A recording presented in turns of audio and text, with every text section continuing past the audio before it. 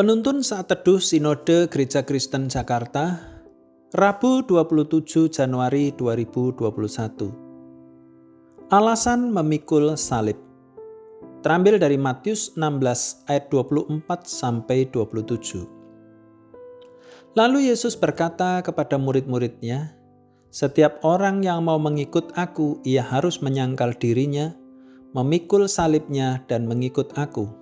Karena barang siapa mau menyelamatkan nyawanya, ia akan kehilangan nyawanya. Tetapi barang siapa kehilangan nyawanya karena aku, ia akan memperolehnya. Apa gunanya seorang memperoleh seluruh dunia, tetapi kehilangan nyawanya? Dan apakah yang dapat diberikannya sebagai ganti nyawanya? Sebab anak manusia akan datang dalam kemuliaan Bapanya, diiringi malaikat-malaikatnya. Pada waktu itu, ia akan membalas setiap orang menurut perbuatannya." Sebagai orang percaya, tentu kita tahu keselamatan yang kita terima semuanya oleh karena Tuhan Yesus Kristus yang telah menebus kita dengan harga yang sangat mahal, yakni darahnya. Semua telah dilakukan dan diselesaikannya di kayu salib. Sehubungan dengan hal tersebut, maka sebagai muridnya kita perlu sadar kita memikul salib bukan karena apa yang dilakukannya kurang, melainkan kita diberi anugerah untuk bersatu di dalamnya.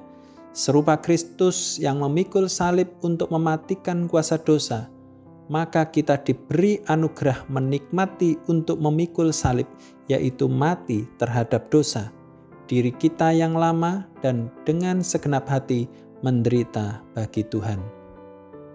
Dalam Matius 16 ayat 24-27, kita dapat menemukan setidaknya dua alasan mengapa murid-murid Kristus harus memikul salib.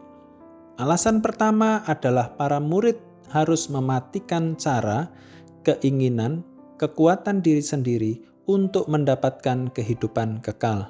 Ayat 25-26. Orang yang berusaha mempertahankan atau menyelamatkan nyawanya dengan cara, keinginan, dan kekuatan dirinya sendiri pasti kehilangan nyawanya untuk selama-lamanya. Orang seperti ini sangat menonjolkan kekuatan dirinya sendiri.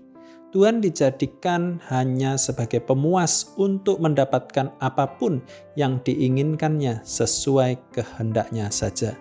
Orang seperti ini sejatinya tidak mau tunduk di hadapan Tuhan. Cara, kehendak, dan kekuatan Tuhan diabaikannya. Untuk itu, Tuhan Yesus mengingatkan para murid agar mereka memikul salib guna mematikan segala cara, upaya, keinginan, dan kekuatan diri mereka sendiri untuk mendapatkan kehidupan sejati. Kehidupan ini hanya mereka dapatkan melalui cara, kehendak, dan kekuatan Allah di dalam Kristus Yesus.